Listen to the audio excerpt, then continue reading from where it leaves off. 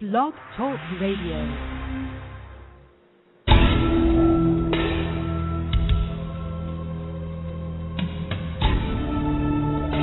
You are now listening to True Murder, the most shocking killers in true crime history, and the authors that have written about them. Gacy, Bundy, Dahmer, The Night Stalker, BTK. Every week, another fascinating author talking about the most shocking and infamous killers in true crime history. True Murder, with your host, journalist and author, Dan Zupansky.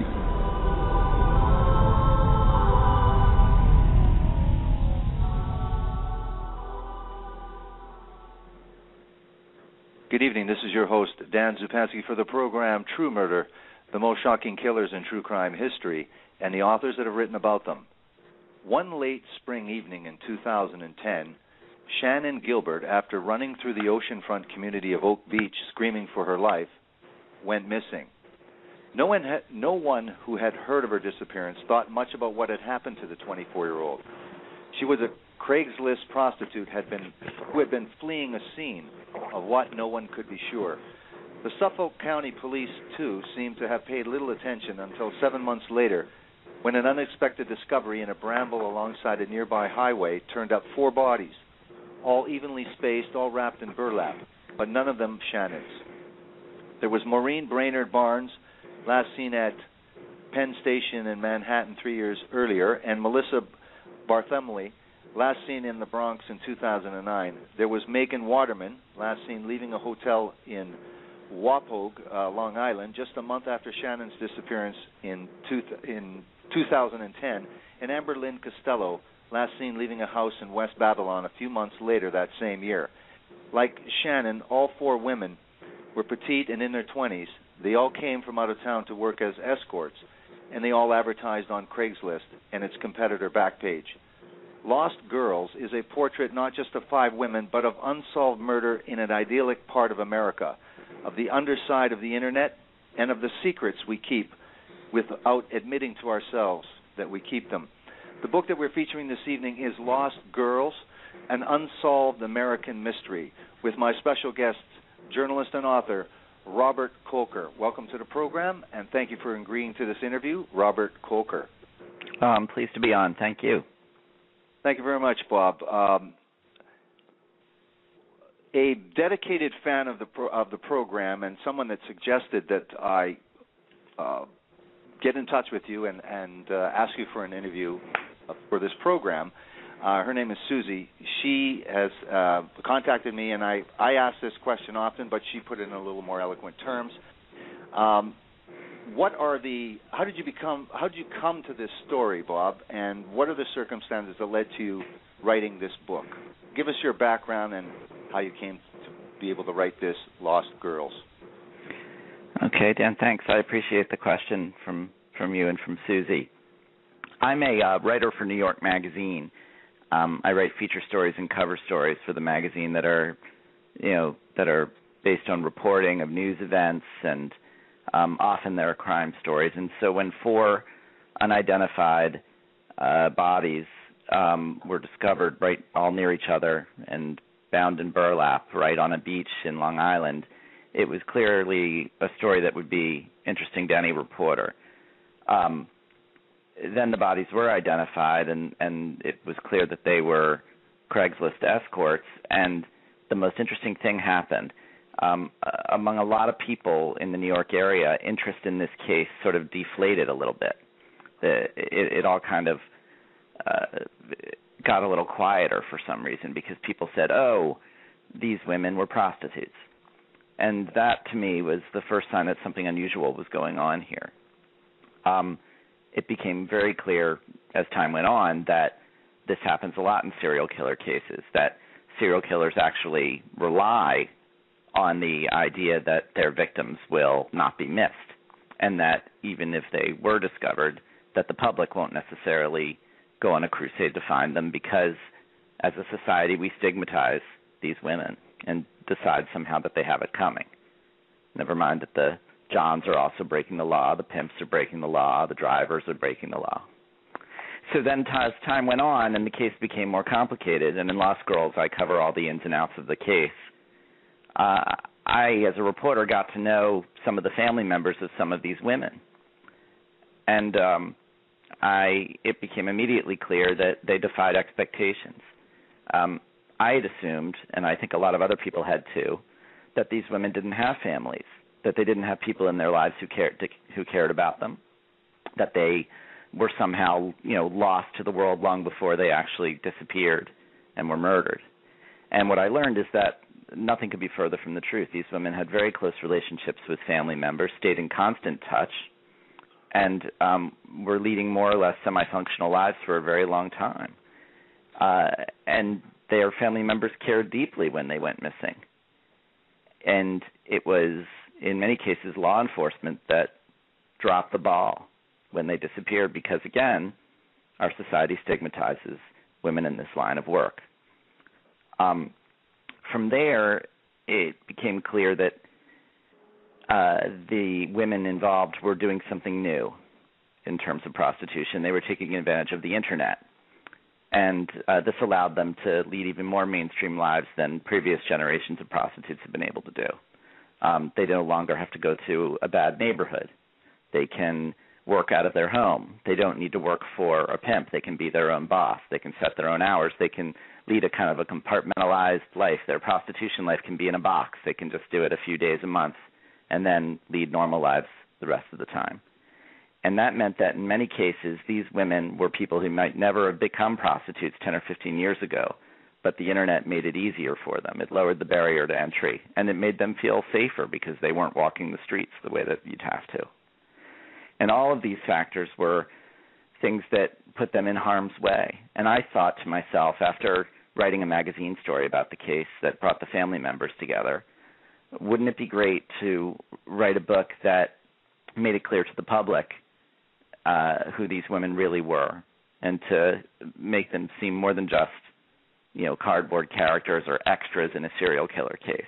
What if we could understand what it is exactly that makes women like this so vulnerable? It's not just that they chose to take this risk, it's that we chose to turn our backs on them. And what if I got to know their families better? And what if I got to know their communities better? And what if their lives were actually windows into a part of America that the media doesn't really talk about much? All these women came from struggling parts of America that the media doesn't talk about, places where opportunities have been drying up and where the recession is still going strong, places where a generation earlier there might have been jobs, but now the best jobs are at Dunkin' Donuts or at Walmart. And now with the Internet, there's a temptation for some women to make more money in one night than their friends and neighbors are making in a week or 2 weeks working at the local gas station or convenience store. This is a part of America that I really think deserves attention. And so I thought Lost Girls could do that as well.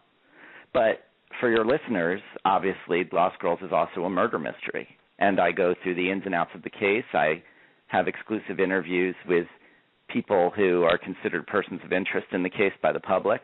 I speak with the police commissioner at the time and the chief of detectives at the time. There are exclusive interviews there as well, and with a John who's at the center of the case as well. So what I wanted to offer readers was a 360-degree view of a murder mystery and also of a broader mystery of what it is in our society that makes women like this so vulnerable.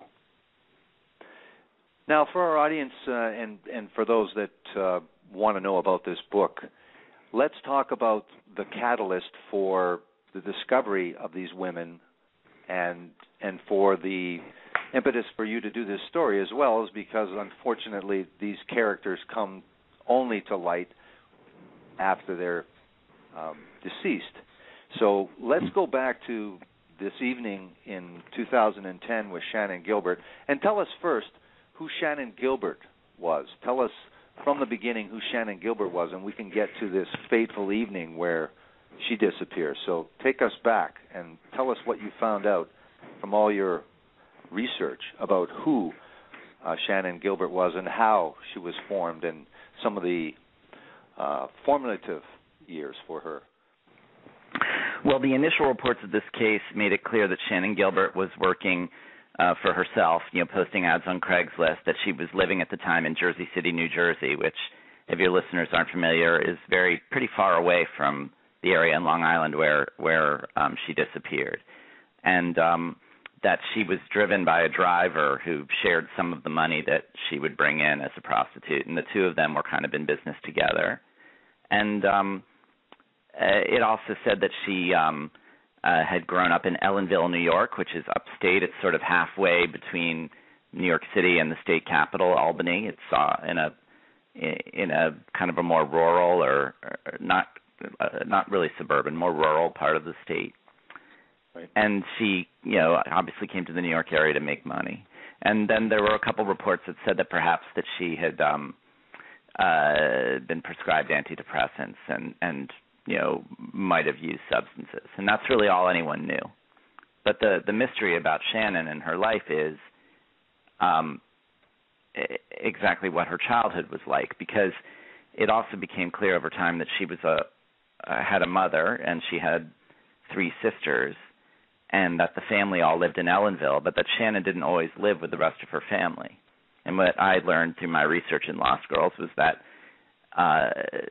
through various, family complications and difficulties that her mother was having, Shannon ended up living in foster care for almost her entire childhood, from the time she was 7 years old going forward. She maybe only lived at home for about a year. Despite all this, she got excellent grades. She graduated high school from a very good high school, New Paltz High School, after just 3 years of high school education. She had an amazing singing voice. She performed for her friends, and they loved listening to her sing. She was a buoyant, upbeat, joyful personality around her friends. There was no suggestion that this foster care situation was eating away at her. There was none of the, kind of trauma, the obvious trauma that the stereotype you might expect would happen in terms of someone deciding to become a prostitute. But she was a restless person with ambitions, and in Lost Girls, as you get to know her better, you learn exactly what motivates her to go off to try to make a name for herself, and that is that, according to many of her friends and those who knew her best, she really wanted to re-enter her family and be welcomed back into her family and to have a position of power within her family. And making money from prostitution for a short period of time actually was helpful to her in this way. She was able to buy people presents and, swoop into town and treat everybody to, whatever they wanted because she had the money. And everyone was concerned about her, but of course nobody in this book thinks, none of the characters in the book think that they're going to be murdered by a serial killer. And so, not a lot was done to really stop her. Also, she was such a fiercely independent and energetic person that it was hard to imagine her putting herself in harm's way and not being able to defend herself. And in fact, in Lost Girls, her mother Mary points out, she fought back. She ran screaming from this house in Oak Beach. We can talk more about the circumstances of her disappearance now or later in the program, but that night at Oak Beach is probed extensively in the book from the point of view of her driver, from the point of view of her John, from a neighbor down the block, from the police, and then from several people who have researched the case independently on Web Sleuths, which I'm sure your listeners know about, one of the great major independent, internet sites where people talk to one another and share information and try and do their own sleuthing at home about a case. Interesting. So that's Shannon. Tell us about the disappearance, or the events leading up to the disappearance. Actually, like you say, with the driver and the clients called, and she's contacted through Craigslist. Tell us about that. Well, it was the last night of April in 2010. And she had gone that night to a movie, a Freddy Krueger movie, I think, with her boyfriend Alex, who used to be a driver at an escort service back in the days when Shannon was working for an escort service. And after the movie ended at about 10 p.m., and she told her boyfriend that she had to work, and she said goodbye to him, and she hopped on the commuter train from Jersey City into Manhattan. She went into Manhattan, and she went to a street corner and waited for her ride, for her driver. Her driver's name is Michael Pack. He and she had been working together several nights a week for at least 8 or 9 months. They were friendly and had a nice, rapport going. And he came and picked her up at the place that they had determined, and she got into the car, and with a little netbook and with her phone, she posted an ad and waited for a call. But it was a slow night, and she had one call several blocks away from where they had met. But there really was nothing else going on except a call coming out from Long Island, from way out in Long Island, more than an hour's drive from Midtown Manhattan, even that late at night.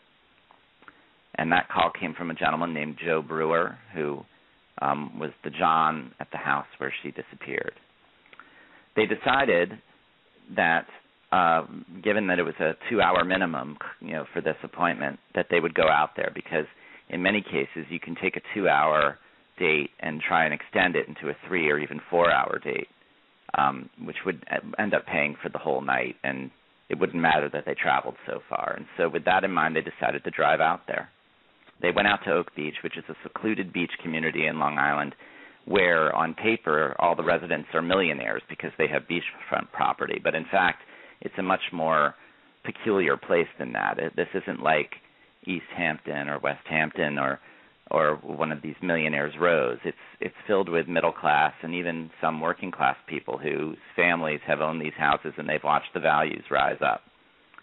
And It's secluded and far away from the rest of Long Island. You've got this metropolitan area of over 10 million people all around, and yet Oak Beach is just 72 homes, a 20-minute drive from the nearest convenience store, from the nearest gas station, from the nearest supermarket.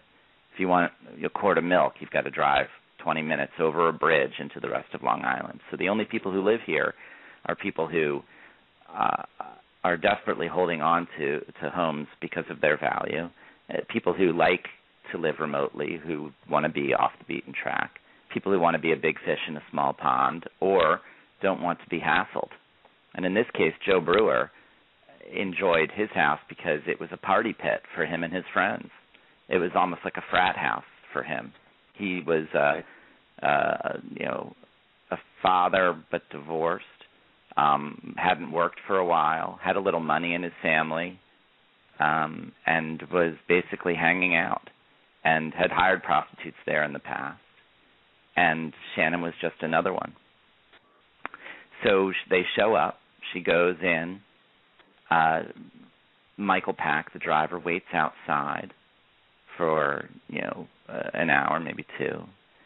But early on, he gets a phone call from Shannon saying that she and the John are going to go out on a drive to run an errand. Michael Pack isn't sure exactly what that errand is for, but he assumes it's to go get drugs. They aren't gone more than 10 or 15 minutes, which means they didn't leave the general area of Oak Beach. Right. They come back, and Michael Pack keeps, hanging out in his car, playing poker on his cell phone, waiting for the date to keep going. At some point, he gets another call from Shannon. This time, Shannon is asking him to go off to the nearest pharmacy or drugstore and get some things that might help keep the date going longer, things like playing cards, and KY. And so Michael Pack looks on Google and sees that the nearest pharmacy is way too far away to go, and he says, "It's too far away, I don't want to do it." And she makes a little stink and gets mad at him and then hangs up the phone. But then the date continues. And then suddenly, sometime between 5 and 6 in the morning, there's a tap on the car window of Michael Pack's car, and it's Joe Brewer. And he puts down his window, and Brewer says, "She won't leave." This is very unusual for a John to be in contact with the driver. And right. And what Brewer seemed to be telling Michael Pack was, we've got a problem. I want this date to end, and, your girl isn't leaving the house. And so Michael Pack reluctantly gets out of the car and follows Brewer into the house. And what follows, at least according to Michael Pack, is a very peculiar chain of events, where Shannon is refusing to leave, but is crouched behind a couch and trying to keep away from, not just from Joe Brewer, but from Michael Pack. And slowly it becomes clear to Michael that Shannon is on the telephone with the police, with 911, trying to say what's going on here. And what she says is, they're trying to kill me.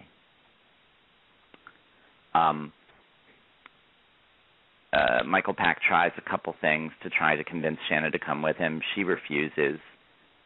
Brewer tries to, at one point, to grab a hold of her to get her out of the house, and she screams and runs away. Brewer throws up his hands and walks out of the house. All these events, by the way, are according to Michael Pack, so it's his version of events. It's unclear if this is exactly what happened, but this is based on his recollection. And so now no one knows what to do, and Michael Pack says, forget it, I'm out of here. And he leaves the house and sits in the car again, and that's when Shannon comes running out of the house, screaming, stumbling, and running again into the darkness.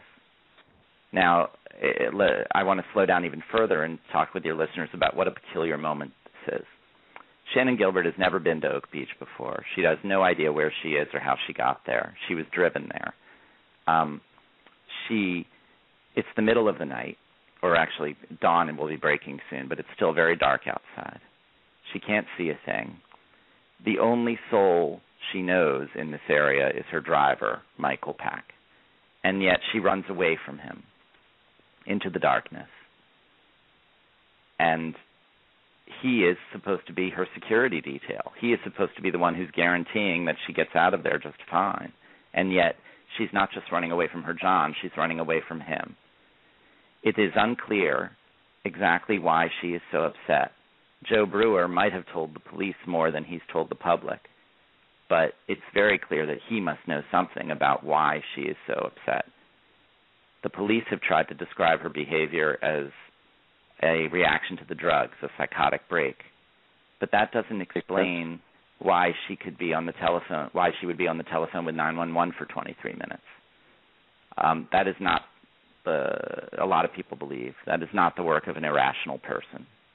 Again, it's highly unusual for a prostitute to be calling the police anyway, because, the police are only going to cause trouble for her. And so a lot of people believe, and based on my findings in Lost Girls, I am highly persuaded to believe that Shannon had a very good reason to be calling the police, that there's an incomplete, missing piece of this story about what happened to her inside that house, and that she genuinely feared for her life, and that she, for some reason, didn't trust her driver either, and kept on going. She started to knock on doors in the neighborhood.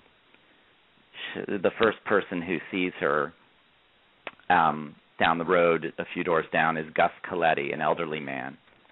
He's up early because he and his wife are going to drive off for a day trip. So his light's on, which is probably why she came to the house.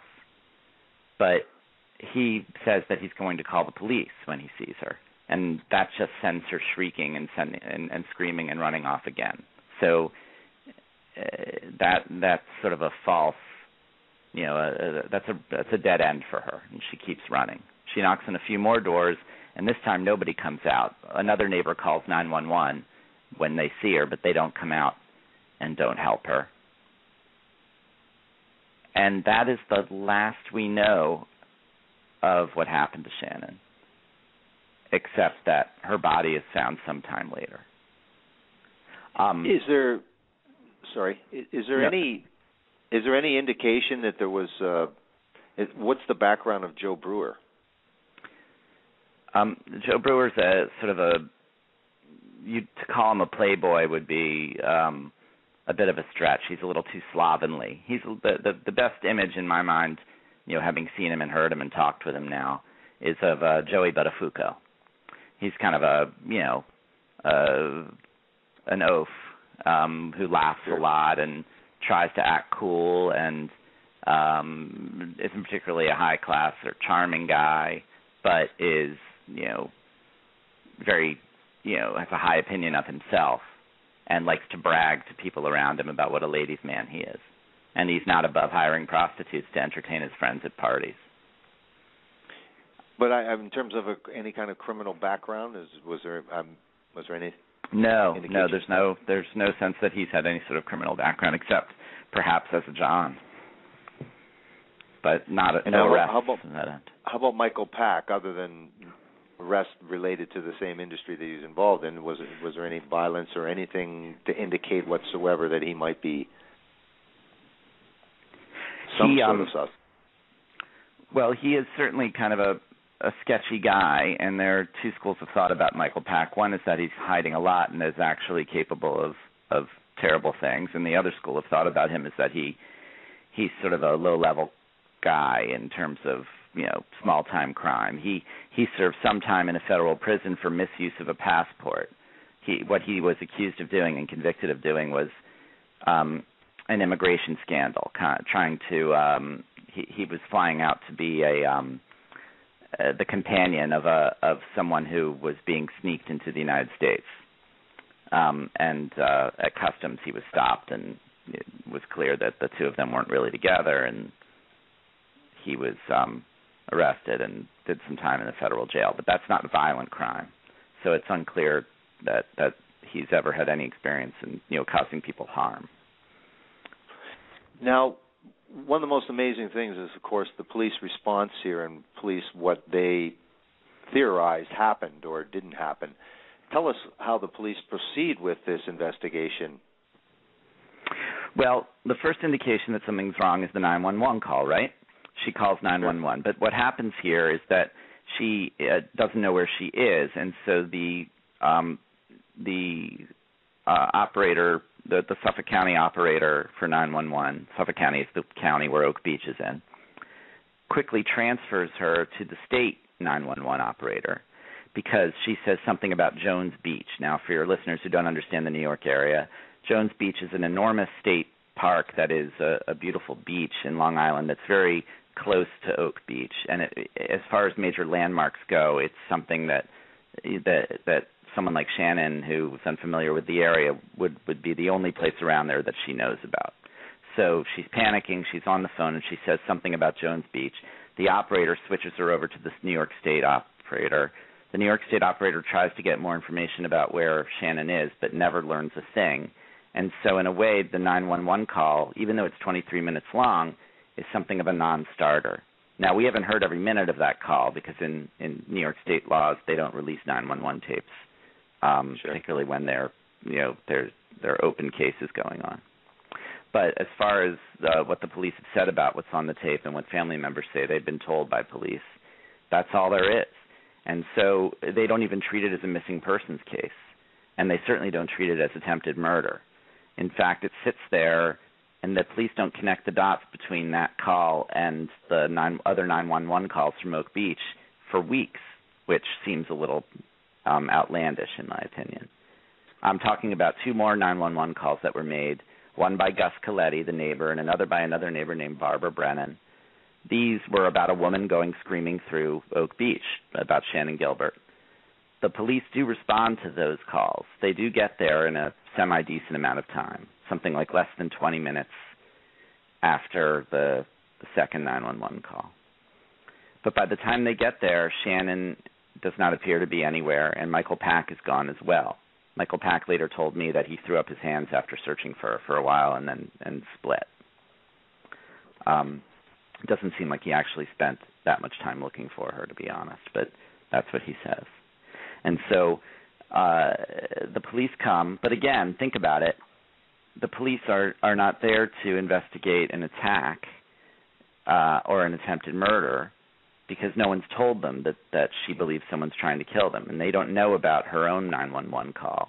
All they know is that a woman has been screaming and running down the street, and that now her and her companion, the driver, are gone. And so the police officer at that time kind of shrugs after spending some time there and says, oh, well, I guess they resolved whatever argument they were having. And he leaves again, and he writes up the disappearance, but the incident, but it's not perceived as anything more than a curiosity, like a strange moment that happened at Oak Beach. Yeah. So that's the morning of May 1st, 2010. It takes several weeks, perhaps even 2 months, before the missing persons report that Shannon's family filed in her hometown in Jersey City is actually connected to the events at Oak Beach and to the 911 call. And by that time, the trail is cold. Sure. Gus Coletti talks about a police officer coming in August to knock on his door and to interview him a second time about what was going on. By that time, the security video at Oak Beach had been taped over. No one in the community cared enough about what had happened to bother preserving what was on that video.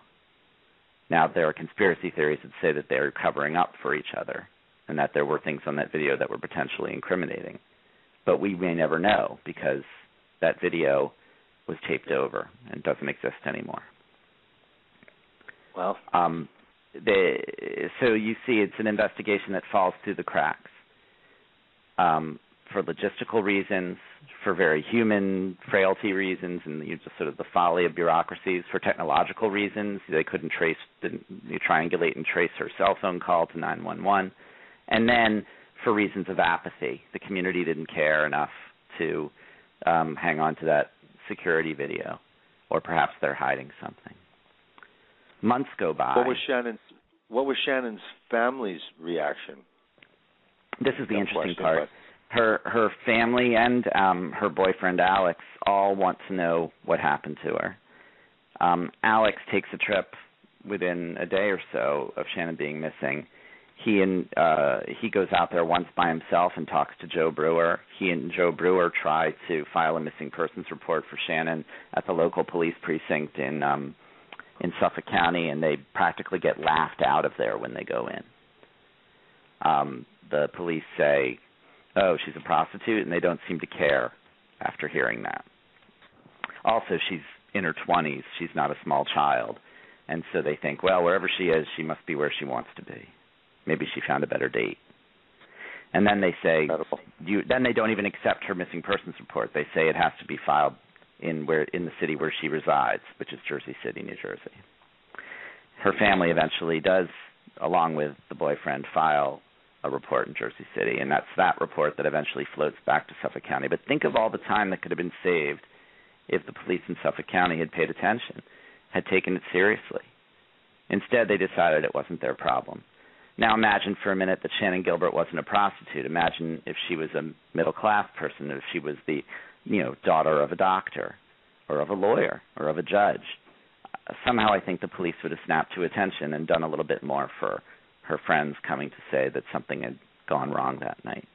Something would tell me that the community would have been compelled to turn over that security video within minutes or hours of her friends going to the Suffolk County Police. But none of that happened because of Shannon's line of work.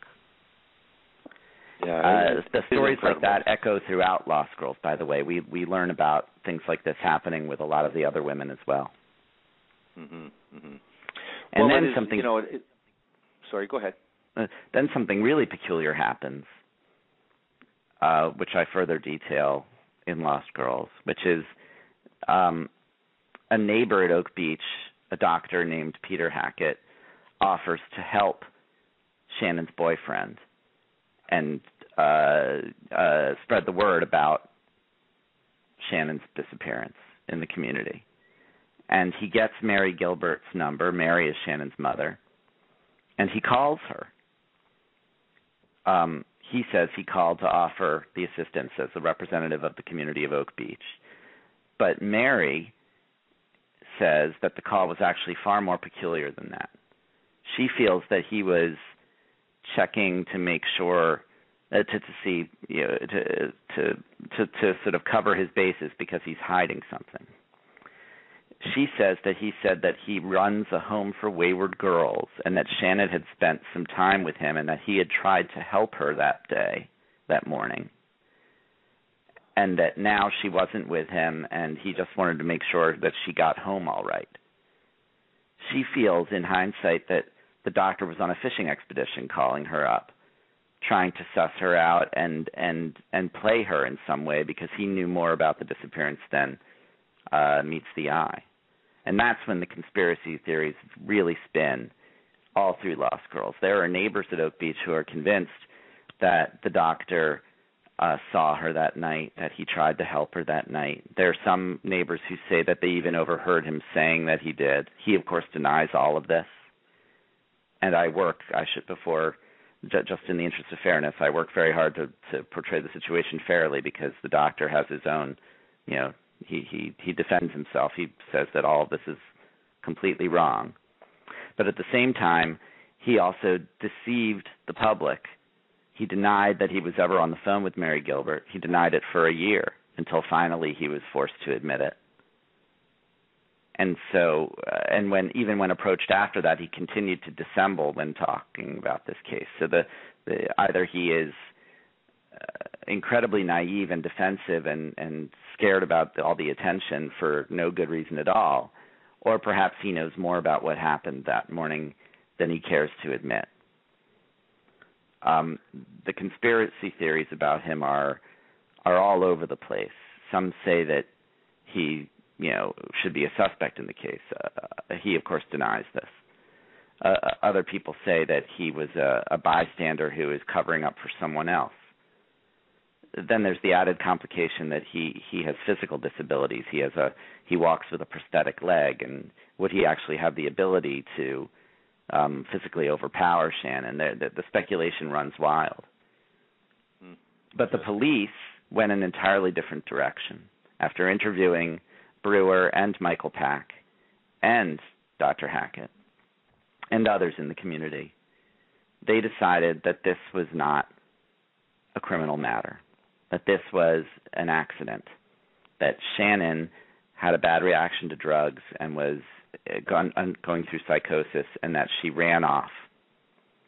And they were convinced for a year and a half that wherever they found her, it would be, in the water or perhaps anywhere else, she would not be a murder victim, that she would be a victim of circumstance.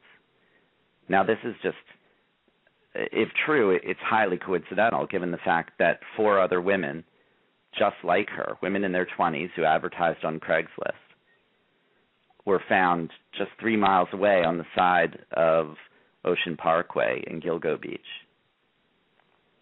It would be incredible to think that her disappearance led to the search that led to the discovery of these other 4 women, and yet the cases are somehow not connected. You can tell that this is becomes a slightly convoluted set of events with lots of different theories. What Lost Girls tries to do is untangle all of these theories and get to the bottom of what might be behind them. Okay, now you've jumped ahead just a little bit here. The police figure that she drowned in the marsh or something like that. Again, what was the evidence other than that she was drug crazed? I mean, maybe they had some evidence or testimony to that effect. But where was this?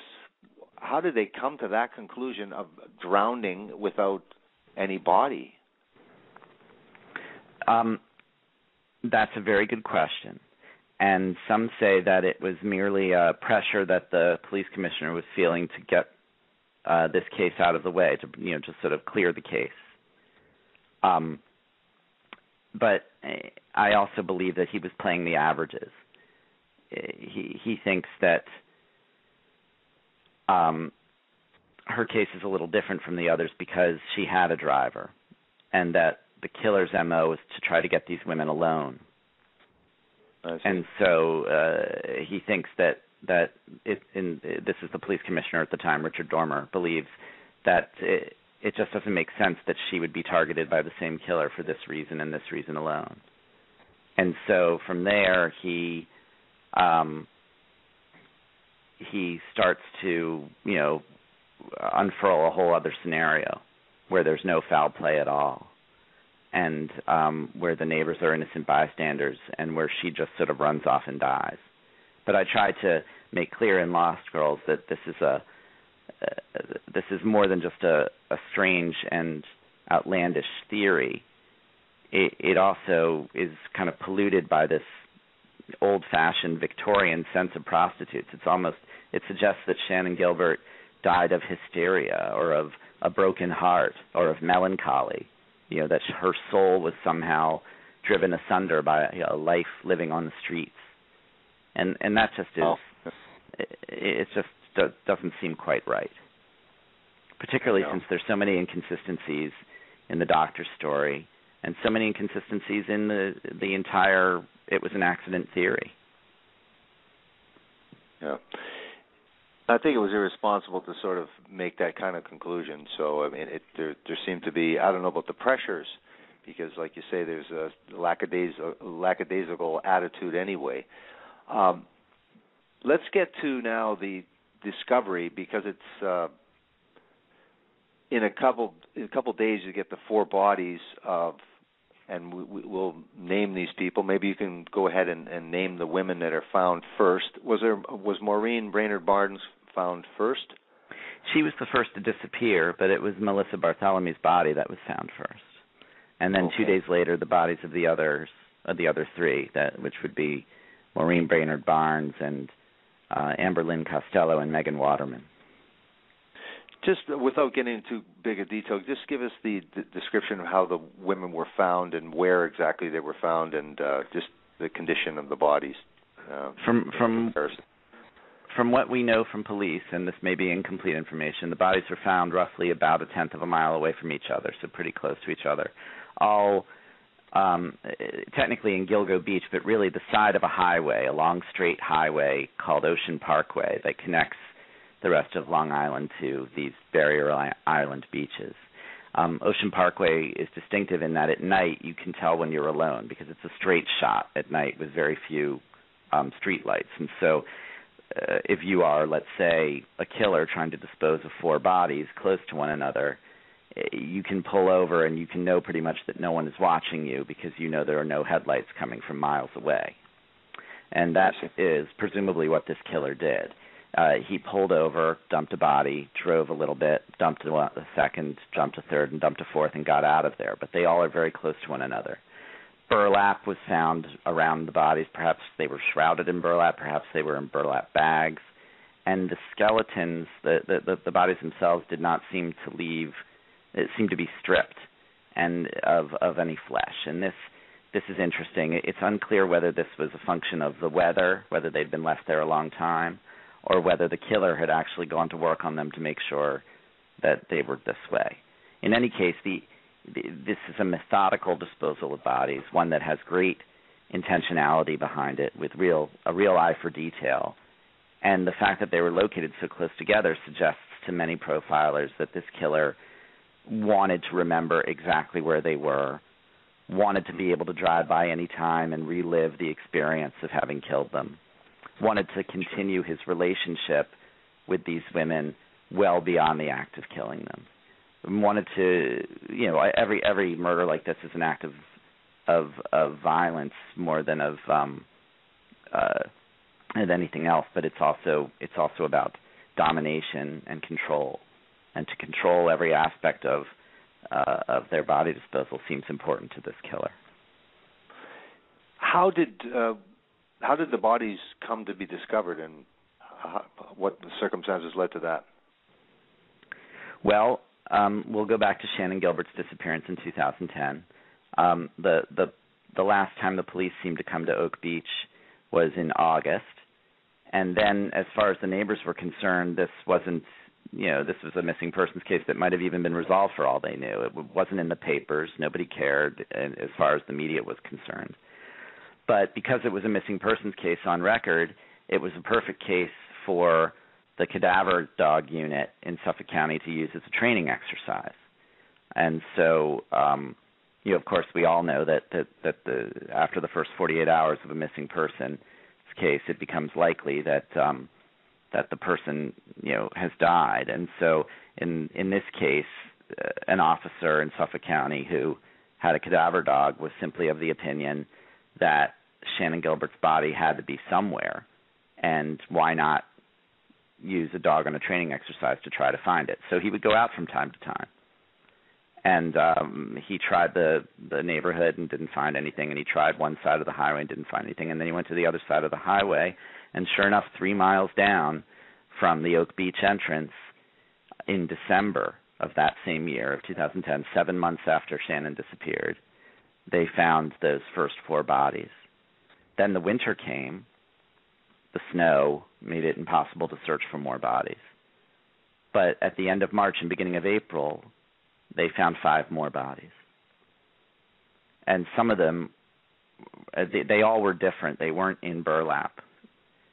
Some of them were not complete skeletons. Some of them later on became linked to remains that had been left in other parts of Long Island years earlier. A torso left several miles away of one victim. Now there was a leg from that same victim found. And none of these victims have been identified the way that the first 4 have, except for those that, except for another prostitute named Jessica Taylor, who had disappeared several years before.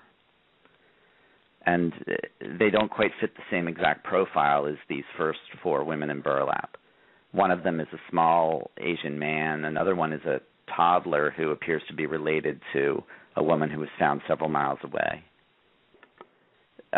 But the police commissioner at the time, Richard Dormer, was of the opinion that they really all could have been killed by the same killer.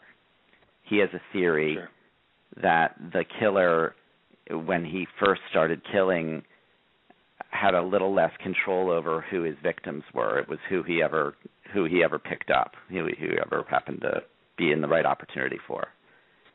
But then with the advent of the internet, he was able to actually get on the phone to find exactly the right person for him. He was actually able to go shopping for the perfect victim for him. And so he became more selective, and the victims became more similar to one another. He also believes it's one killer because, he's a cop. He's playing the averages. He just can't believe that there would be 2 serial killers or more than one killer deciding to leave bodies in roughly more or less the same exact spot. It just doesn't seem like it's statistically likely to happen.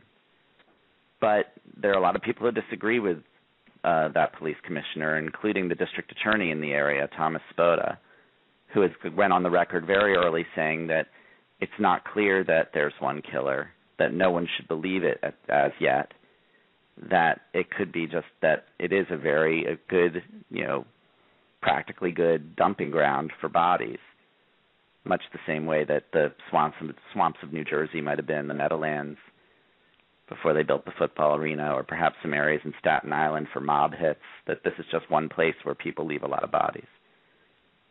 It's possible. There must have been some other, the DA and the police are, like you say, with an ongoing open investigation, are not going to reveal every single detail that will show to demonstrate to the public that there are differences in, say, burial or some of those things. So I think the word of the DA is interesting, but then again, the police commissioner has his theory. So I'm very intrigued by that kind of argument between those 2 people that should be basically on the same side. Yeah, it's deeply troubling to the families in this case that they weren't on the same page for a long time. Strictly from a practical standpoint, let's say, God willing, there is a suspect in this case and that person is arrested and brought to trial. It would be a very easy thing for the suspect's defense lawyer to get up and try to pick apart the prosecution's case by talking about how everyone in law enforcement had differing opinions and were fighting over exactly what had happened here. It just isn't good for the prosecution to be doing this. And so in Law Scrolls, you hear the story of how the commissioner was replaced with someone who is much more in step with what the district attorney believes, and how they've been in lockstep ever since and are trying to learn from that mistake. But in some sense, the damage has been done. Well, it's interesting, too, the district attorney isn't just pressured to lump them all together and then hope for the very, very best that you would grab one suspect and then it would be easy under the light of all the passion to be able to lump all of them, and he would have no way of proving otherwise that suspect. Meanwhile, there's another killer still roaming the streets, so that'd be very interesting. You have to wonder how much of this is about closing cases or how much of it is about PR, about containing people's expectations and hopes for what might be possible, or for their fears. One person thinks it's a good thing to say that there might be more than one killer. Another person might think, well, that's terrible in terms of public hysteria to think that there's more than one killer that's unsolved. It's a bad image for the police department. So self-interest plays a role here, I believe. But it is interesting, very, very interesting, the Richard Dormer position, in that his theory has, as far as my research goes, I don't think he's that far off. I mean, we might watch TV and there's some rules on Criminal Minds, but definitely there's probably rules, and rules are meant to be broken in terms of stereotyping what a serial killer can do and can't do in terms of changing. We have seen serial killers change their signature, method of operation. There are things that could happen, and at least Dormer seems to have some pretty good evidence to back up his theory. I think that's a strong point. He also points out, by the way, that he thinks that the unidentified people are quite likely also prostitutes. Now, of course, he has no real evidence to lead him to this theory. And he had freely admitted at the time, talking to me, that it's just a theory, because how could he know for sure? But he thinks that the fact that they have gone unidentified for so long, particularly a small child, a toddler, suggests that these people were really living off the grid in a profound way. That unlike the women in Lost Girls, they really had no connections in life, and that they were engaging in survival sex. They think that the clothing that the Asian man was found with was women's clothing. They think that the toddler traveled around with the mother doing calls, which is not unheard of at the low end in prostitution, particularly if you're a streetwalker. And again, he believes that the killer may have evolved. He may have gone out looking for whatever hooker he could find in the beginning, and then as time went on, decided he wanted to be more selective, and there was the internet providing him with the perfect shopping list. I want to ask this question too: Does Craigslist provide? Did Craigslist and this case provide any kind of problems inherently for the police in terms of trying to identify that Joe Brewer? Was it hard to do, or was it easy through Craigslist? Was it easy for police to be able to get that information? Well, I don't think they needed Craigslist in Joe Brewer's case, because he was, he was ready to admit that he contacted her through Craigslist and brought her there. He has not admitted that he had sex with her, but he had said he was just a lonely guy and wanted to have some company for the evening. My question is then, again, in your examination of how prostitution has changed through social media like Craigslist, is it easier for police to be able, in a case like this, and pardon me, I'm using a super bad example, but in a case similar like this, where they wouldn't know, they would want to know the identity of the John, is harder or easier? I think it's extraordinarily hard, because the way that these listings work is, if you put a listing on, you post your name and a name and a photo and maybe a sentence saying what you're offering, and then you list a cell phone number.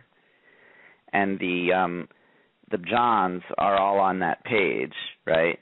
But they aren't clicking anything on that page. They aren't clicking through and ordering a prostitute via Craigslist. They're just scribbling down that phone number and calling that phone number. And let's say that woman has a disposable cell phone that's made out to a phony person, or maybe she shares the phone with 6 women. By the time that woman is dead, the police can go back and see who was looking at Craigslist that day and clicking on the adult services page, but that still only narrows it down to hundreds of people, perhaps even thousands of people. So it's not exactly a dead end for the police, but it's not a slam dunk either. Particularly if women are using burners, third-party cell phones, whatever ability the NSA might have to triangulate exactly what these phones are doing, you've got to know who the phones belong to and when they belong to them and whose hands they're in. So it gets complicated. But there is not a lot of information, given that this is an open case, about exactly what the police know about who called these women and what their phone calls were. It does seem as if some of their Johns were chased down early in the investigation and interviewed, but no suspects were named and no persons of interest were named. And it seems as if the police have come up dry, which is astonishing when you consider the original Craigslist killer, John Markoff from Boston, was found within a day, right? But I think the difference there is that he had hired someone in the massage category, someone who lived, who was living slightly more above board, and whose phone could be traced, and whose disappearance was taken more seriously. Now, we don't have the necessary time, and I don't think that you would want to go through everybody's history. But let's take one of the young women and talk about her life right from the beginning. And because you really do, this really is almost what people have described, almost a tribute to these women, because so many people pay lip service to this idea that, well, prostitutes are people too, and even that just sounds ridiculous, that they would have to put it that way. So the thing is, without being judgmental, because that's what you haven't done here, but you have reported on all the little snippets that you've heard from overhearing somebody say at a vigil, all this for a whore, so I'd like to hear how one woman went and sort of went off the rails, or at least how she wound up in prostitution and why, and what the family's reaction was. Give us the trajectory of one woman, and so the audience can clearly get a sense of what you bring to this really added dimension to these people's lives, rather than, again, just a little bit of lip service about how they're just regular human beings. Thank you, Dan. I appreciate that. I really appreciate the chance in Lost Girls, and I'm grateful to everyone I spoke with, including and especially their family members, because the effort here isn't, I wasn't out to canonize these women or turn them into saints, but at the same time, I'm aware there's a lot of victim blaming going on here, and that these women were far more than they shouldn't just be written off, and the causes of what brought them to this, it really deserves attention, and that there was a lot about them that made them much more human. I believed in humanization, and everyone in this book, with the exception of the killer, of course, is treated humanely with a lot of fairness. And I'll talk about Maureen Brainard-Barnes, who was adored by her family and was a linchpin in her family. She was the oldest of 3 children, and her sister and her brother, living in their 20s, were a tight-knit group who cared for one another and looked after one another all the time. She was 24 years old. She was when she first got into prostitution. She had 1 child. She was not holding down a steady job, and she was suddenly aware of how much money she could make just in one night. And given all of the pressures of her life, the child care pressures, the rent pressures, to be able to make that much that fast was something she decided to try. And from there, she decided, to take trips to New York for 1 or 2 days at a time. She developed a system of rules. She became very, very responsible about the way that she could stay safe. I interviewed a friend of hers who went down with her for a few trips, and she talked about just how responsible Maureen was being, how safe she was being, how she wasn't taking any risks. And then, toward the end of one weekend, she lets down her guard and, sure enough, disappears after a day. No one knows what to do about it. They go, and the hotel staff claims never to have seen her. The police in the hometown of Groton, Connecticut, are of no use to them whatsoever. The NYPD does barely anything for them either. It's 2007 when Maureen disappears, and if you can believe this, it takes 3.5 years before they get any sense of what happened to her. And to this day, they have no idea how a woman who swore she would never even leave Manhattan for a call ended up on a beach in Long Island. Very interesting. And the idea of prostitution itself, what does all this, writing this book, researching this book, talking to these families, talking to people that don't necessarily condone it, but understand it as a way of life, and in the simple economics, when you look at making 10 times as much money as you normally could make, and you're lucky if you can get part-time work. These women are young and attractive, and there's a demand. Not everybody demonizes this profession. Obviously, there's people like Joe Brewer and his friends, and a lot of people, respectable people, all kinds of people take this prostitution very lightly, and there is no moral judgment. So, what was the overall, out of these 5 women, what was the overall attitude why they engaged in prostitution despite everything else, other than the economics, which again is a big factor? But did you find a normalization of this, of sort of just looking at it as work? Absolutely, and there were very personal reasons why some of the women ended up in this situation, and one of them was did have sexual issues based on being an abuse victim, and another one was roped in somewhat by a boyfriend who acted as a pimp. But what they all shared was a sense of how the money, it wasn't just money, it gave them agency, it gave them power over their own lives, it gave them, whether it was authority in their family or self-sufficiency financially in their lives, it also meant that they, to a great extent, could be their own boss. They wouldn't have to be beholden to anyone. Maureen enjoyed how it meant that she could be independent from any boyfriend and not have to work for any escort service. Melissa Barthelemy had a pimp for a while. She thought that Craigslist could liberate her from that pimp and help her make enough money to get out of this forever. They all had plans to not do this forever, and they all knew that there was absolutely no other way in their lives that they could achieve those plans as quickly as if they didn't do this. Why do you think society, of all the evolutionary processes that we've gone through, where we've had sort of seen the light of day from all the barbaric practices and all the outmoded ideas, why is it still hooker dead?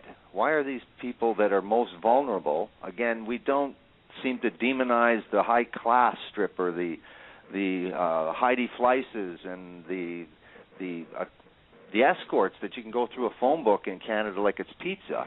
But the vulnerable woman on the street, or the woman that took some chances here, somehow, why does society still have to demonize?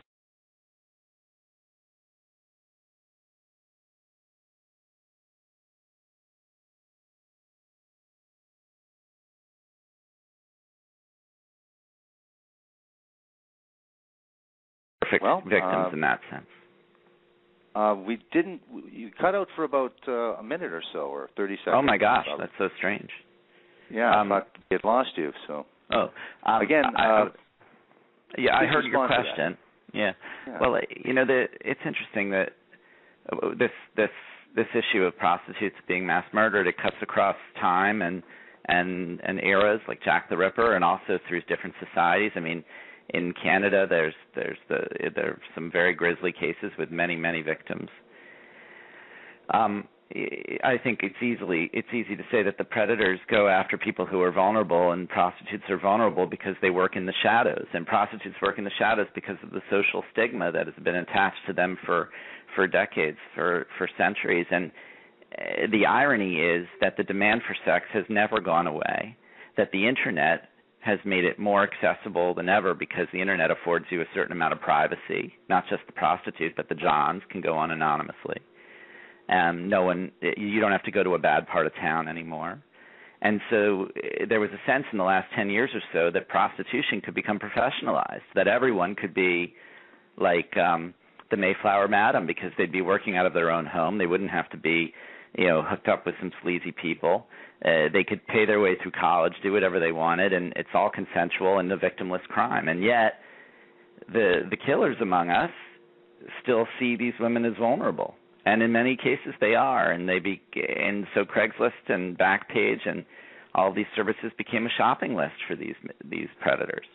It's really quite something. But you asked about the social stigma, and I think that is.